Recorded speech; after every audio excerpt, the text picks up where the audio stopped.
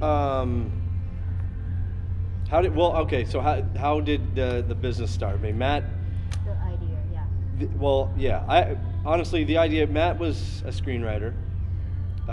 He was writing. We're living together. I was in advertising, and we've always sort of actually for a few years. Matt did some construction work with one of his friends, childhood friends. So he had some experience building, and I guess we've always been, into, design and the arts, and Etsy was becoming popular, and I think Matt would go on there and look at what was going on, and just sort of had an idea of opening his own little shop, just making extra money. We had plenty of stuff in our apartment that we had, handmade window frames, like picture frames out of old wooden windows and stuff like that, mirrors, and Matt opened this website, and I don't know how he just decided on Recycle Brooklyn, but it was a genius idea. Just because we're in Greenpoint, we're on an industrial side part of Greenpoint, and we're just surrounded by just old. Well, there's a lot of metal companies, paint companies, so old like pallets and metal and just. At the time, 5 years ago, I mean, Greenpoint was still gentrifying, and all the buildings were being renovated. So you could walk the dog and just come across a whole building that's just being torn down, and there's metal, old tin ceiling that's just being pulled out of a building and chucked in a big garbage can, and just wood beams and all kinds of stuff. It was kind of the trend at the time too, like the whole reclaim, upcycling or repurposing. Repurposing was, I guess, more popular than. Yeah. Became a design trend, and we could get stuff for free, so we just kind of saw what everyone else is doing and put our own twist on it. Yeah, it was more like, I don't know if it was that direct. It wasn't really like let's do this or let's do that. It just kind of evolved on its own. But people in Brooklyn, everybody's kind of got their own. It's one of those things. You're walking down the street and you see something that someone's going to chuck in the, and it kind of tells you what it wants to become, rather than us trying to decide what it's going to be, So yeah, we were using old doors as desks and using window frames as this, or making shelves out of all kinds of stuff, and it just went from there. I mean, people really latched onto it immediately. I mean, I guess it helped. It helped that we didn't have money, so you sort of, what is it? Necessity is the mother of invention. So so Matt had a desk that he would write at, made out of an old door. It was it was very just simple, basic, 4 pipe legs, but people liked it, and then again, just walking around Greenpoint, people are chucking out doors left and right. So a friend of ours asked if we would make her a desk, and I don't know if she saw the picture of your desk, what it was, just a door or something. She saw it in the house, I think. Yeah, maybe she might have been at the apartment and just saw it. Yeah. And we were like, yeah, absolutely. So we made her a top, and then we took a bunch of pallet wood, cut it apart, and made sawhorse legs out of it, and made this nice, these table legs.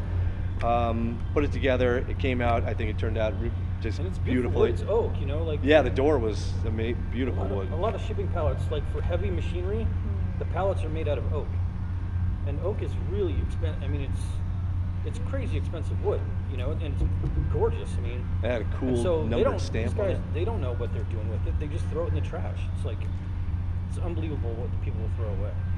Yeah, maple, cherry. Mm-hmm. We have a metal fabricator in Greenpoint that gives us their pallets.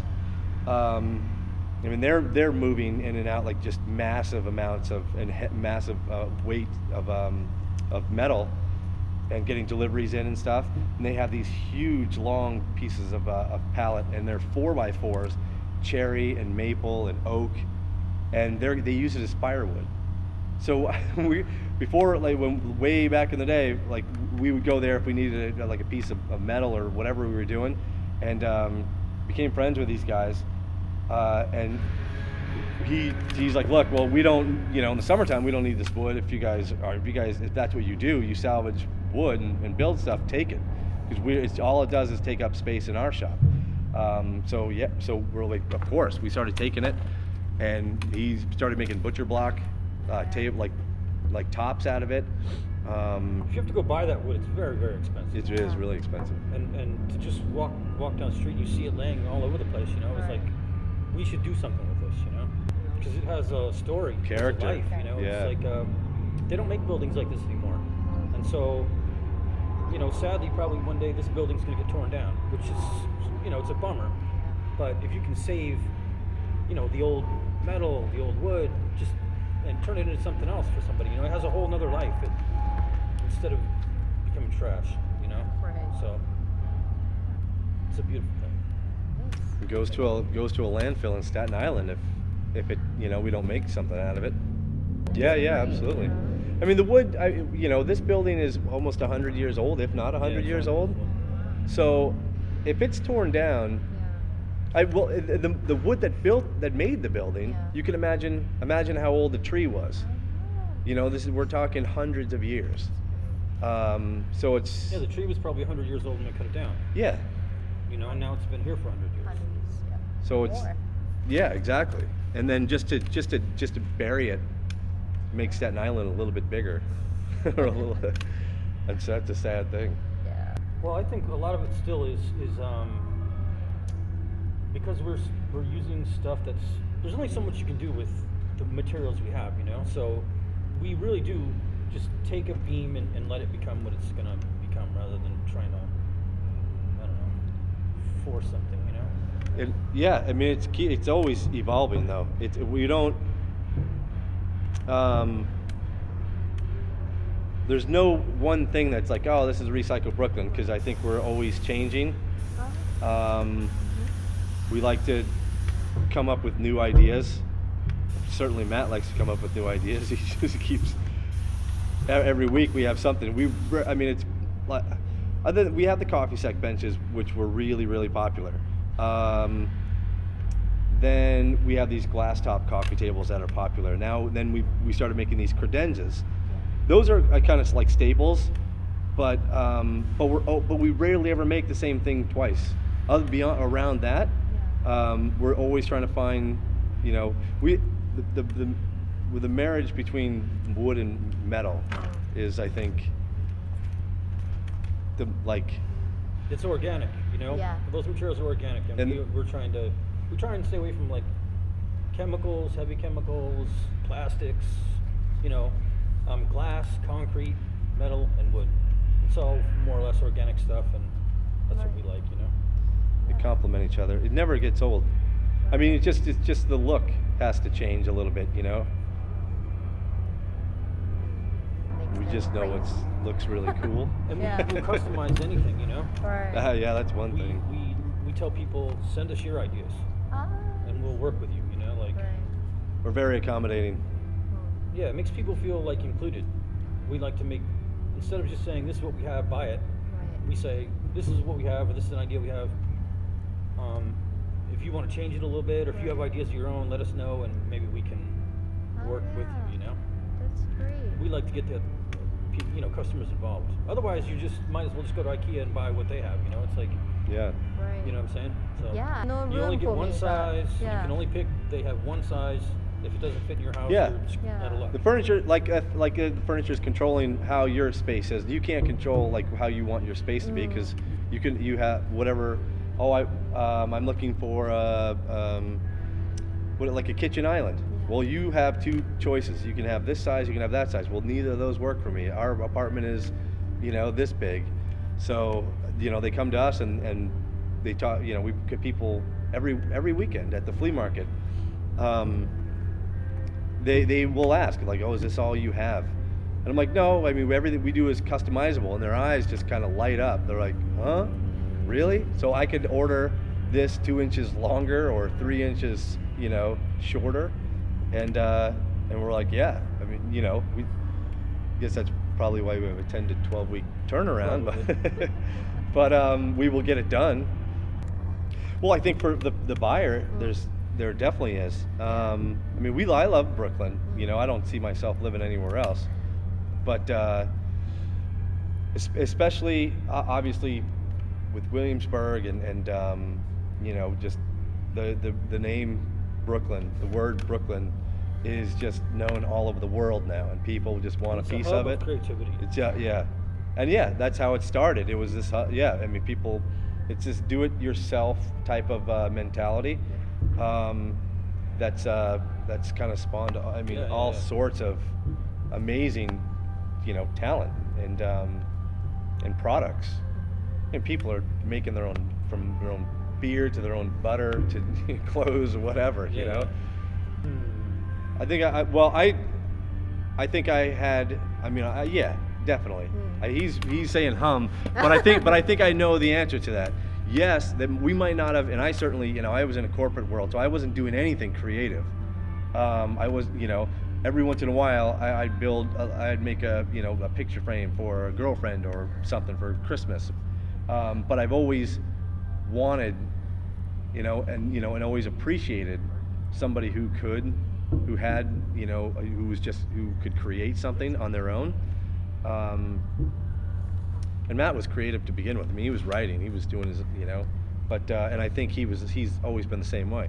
It's like from kids, we'd have friends come over and they loved like my apartment or my bedroom, and they're like, why is it so neat and kind of, it's cool and different. And then, I mean, just right out of college, you get 22-year-old guys, I go to their apartment and it's a disaster. Right. Mine, I kind of had everything sort of, I like to be comfortable. I like, I don't know. I just you have an eye for something, Good. That's really Yeah. always, yeah. I think, yeah. I mean, I would talk. My friends, they knew I wanted to do something like this. I Yeah. wanted to be a part of something more creative Right. and fulfilling. So, being here, I mean, having to come out here at the end of the day and have a beer and hang out with the guys that we work with and then see something that you've accomplished, and every day, even when you've done it wrong, you've made something, it's not gonna fall apart, it's not gonna crumble. You could have it for years and years and years and years, and you did it with your own hands. That's amazing. So I think I'm as happy as can be. You don't want to wear suits anymore. No, thank you. I have my closet is still filled with casual corporate wear. It's a nightmare. I mean, you have a creative job. You know it's good, Yeah. right? Yeah. When we opened our store, that was pretty big. That was cool. Yeah, we've had a lot of really cool things happen. Well, yeah, when we moved into this space, I mean, we were, like I said, we were in a basement. It was 8-foot high ceilings, and every time it rained, we were working in rubber boots in 4 inches of water, and it was that was kind of miserable for a while there. But we found people to partner with that were actually they were invested in us, and they thought that we had such a great idea, and that we could go a long way with it, and they went out of their way to help us and find us this amazing space. That's a pretty good feeling. Yeah. You can Employees, talk a lot. When it was two of us, it was easy because you don't have anyone down. Like the only people that are dependent upon you is us. Now we have 12 guys and investors and insurance. Very difficult. Yeah. If you don't know business, Yeah. Payroll tax. Mm-hmm. That's, you can't get away from that. No. It's really, it's taxing. The taxes are taxing. Mm-hmm. I mean, Yeah, it's I think because of the sort of the personalities that we have, you know, it's a worry just to have that over your head. We just wanna like create cool pieces that people will enjoy, and there's that, and you get all that fulfillment from there, and to see people, you know, smile and send you photos of the you know, of the piece that you built them in their house, and just the feedback that's so positive. And then you have, it feels like you're being, you know, like crushed by the man saying you owe like taxes here and tax that and tax this. It's like it's a weird, like I mean, the employees, it's almost like having a kid. It's like Well, they're yeah. dependent upon you. You know, like you can't mess up. Everybody has to get paid. yeah, so you always have to keep going, you know. Make a mistake, you're affecting the lives of a lot of other people. It's very difficult, you know. I mean, you know, it's been years, and still, every day is bigger than it was the day before. So we're doing something right. Like Yeah, other cities we've talked about, like recycled Detroit, recycled Los Angeles, recycled London. We'd like to have, you know. I mean, it's cool that we can send our stuff all over the world, but it would be cool if, like, people in Detroit could get a table made from wood that came from Detroit. So we've thought about maybe trying to do something like that, you know. Yeah. Mhm. A lot of inner cities are making that. It's a renaissance there, you know. So and it puts people back to work. You know, it's killing two birds with one stone. But you know, we got to get this straightened out first.